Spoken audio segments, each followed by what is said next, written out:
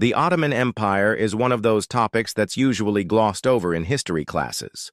It gets even less attention when we consider that this empire lasted for 600 years, starting in the mid-1200s and lasting all the way to 1922. The rise of the Ottoman Empire was so significant because it marked the beginning of the end for the once great Byzantine Empire, leaving room for the modern Turkish nation-state to take its place. But the Ottomans had a lot more in store for the world than just knocking off Byzantium. They would go on to conquer vast swaths of land around the Mediterranean Sea, North Africa, and even parts of Eastern Europe.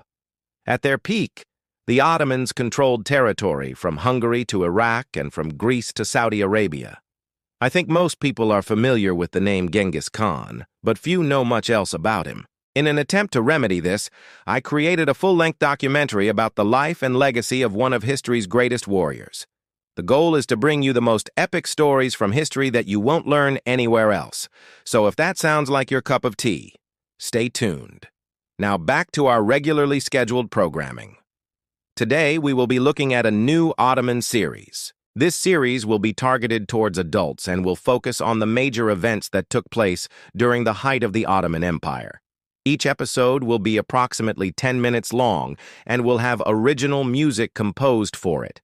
We want to keep these episodes concise so that you can easily share them with your friends who may not be interested in watching a 45-minute or hour-long documentary. Since the Ottoman Empire spanned across 3 continents and lasted for 6 centuries, there are countless stories that can be told.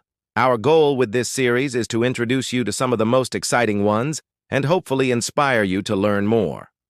In this first episode, we will look at the early origins of the empire, the conquest of Constantinople, and the reign of Mehmed the Conqueror. The term Ottoman originally referred to a small Turkish tribe that lived along the Black Sea coast in the northern region of Anatolia.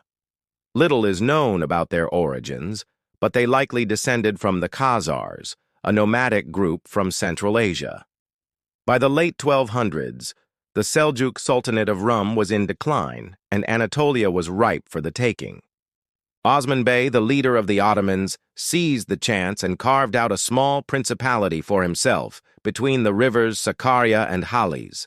He established his capital at the city of Bursa and quickly set about conquering the rest of Anatolia. Unlike the Mongols and other nomadic groups that had preceded him, Usman and his followers were Muslim, which gave them an advantage when it came to winning over the local population.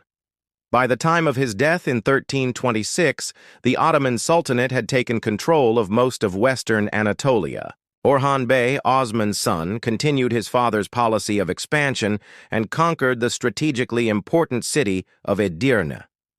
He also laid siege to the Byzantine city of Gallipoli, but was unsuccessful in capturing it. It wasn't until Mehmed II came to power that the Ottomans would finally conquer the Byzantines. Upon taking the throne at the age of 19, Mehmed wasted no time in setting about his task. He built up the Ottoman army, which consisted of both elite Janissary troops and regular infantry and cavalry. He also recruited soldiers from among the Christian subjects of the empire. After several months of preparation, he set out to conquer Constantinople. The Byzantine emperor, Constantine V Palaiologos, knew that the city was doomed, but he made every effort to defend it anyway. On April 6, 1453, the Ottoman army began bombarding the city walls with cannons. To the Byzantines' horror, the massive cannons shook the very foundations of the city. Soon, the city's main gate was knocked down, and the Ottomans poured into Constantinople. Constantine fought bravely, but he was eventually captured and killed. The Byzantine Empire had fallen, and the Ottoman Empire had risen in its place. Mehmed the Conqueror went on to conquer vast territories around the Mediterranean, including North Africa and parts of Eastern Europe.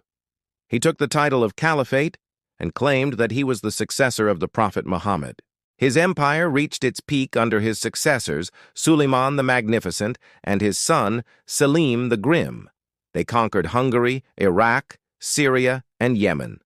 At their greatest extent, the Ottomans controlled territory around the Mediterranean, North Africa, Western China, and Eastern Europe. I hope you enjoyed this mini Ottoman crash course.